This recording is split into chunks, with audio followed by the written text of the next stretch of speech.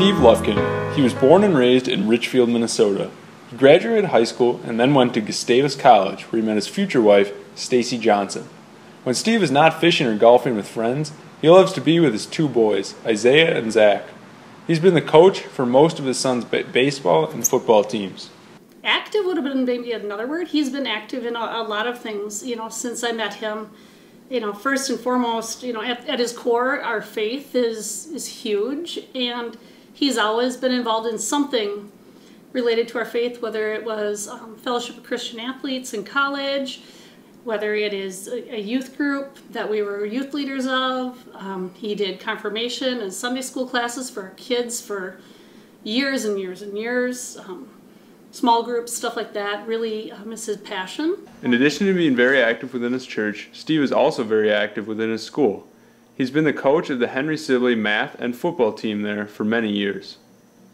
In 2014, Steve was diagnosed with amyotrophic lateral sclerosis, or commonly known as ALS.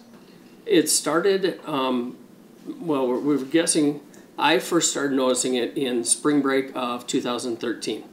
We were doing some hiking and noticing that my foot started to cramp a little bit, so I had to stop and kind of release that. But then as that summer continued, then when we got to the fall, we were going to the state fair and doing more walking, and my foot kept cramping up and I had to stretch it more, and then my wife noticed that it was hitting real hard. And so after that we went to a chiropractor. He thought lower back pinched nerve, did treatments for 4 to 6 weeks. After that time, it wasn't getting better. He knew that it was something more serious.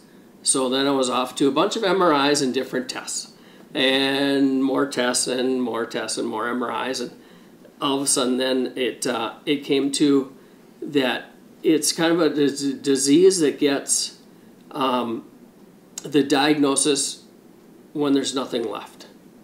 So rule out different types of diseases, and then what you're left with is an ALS diagnosis with the symptoms that I was showing.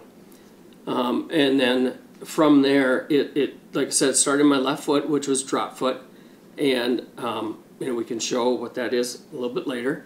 And then it progressed up my left side to my left hand now, where it's atrophied in my left hand, and then we also said that now it's starting to affect my diaphragm, and so breathing, as you can see, is sometimes a little bit labored. When Steve talks about the ALS affecting certain parts of his body, many people do not really know what that truly means. He means that the muscles in that area have either begun to weaken or die completely. His left foot has lost all of its muscles, and now it just dangles in the air when it is not on the ground. This is called drop foot. Then, in his hands, you can see the muscles that have died off and disappeared.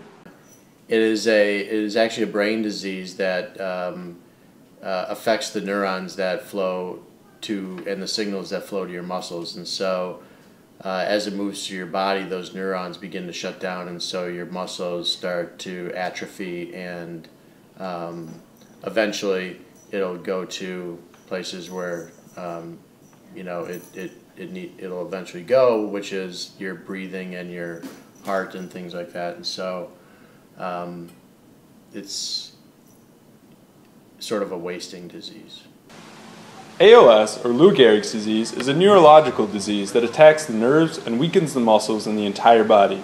ALS is not like other diseases where one day it just hits you. It is more of a slowly progressing disease as it slowly moves throughout the body. This makes certain actions, such as walking up the stairs, very difficult to complete. Everyday activities like putting your socks on can become difficult as well.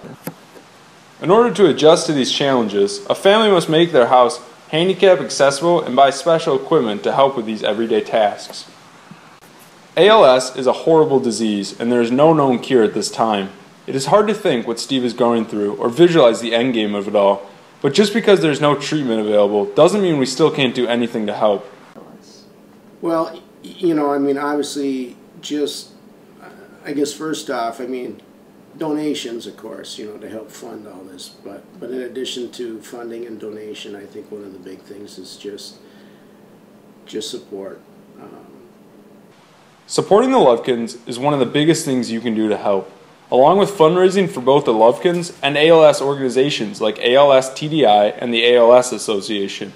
Donating can also be helpful in developing a cure for present ALS patients and future ALS patients to come. I think one of the big things that people need to know is the ALS, or the Ice Bucket Challenge, raised 115 or 200 to millions. You know, I think it was 115 $1 million. But for one single drug to start off in the conceptual state and go all the way through clinical trials and go to the market is about $2 billion. So the amount that was raised last year would only cover a small chunk of just a single drug going to market. And so I think that's where it really needs to know is that the funding needs to continue. We made this video to explain what ALS is and how it is affecting Steve. We also try to show how Steve affects so many lives at his church, community, and at work. In order to do this, we asked each interviewee one question. If you could describe Steve in one word, what would it be? Fantastic. Kind.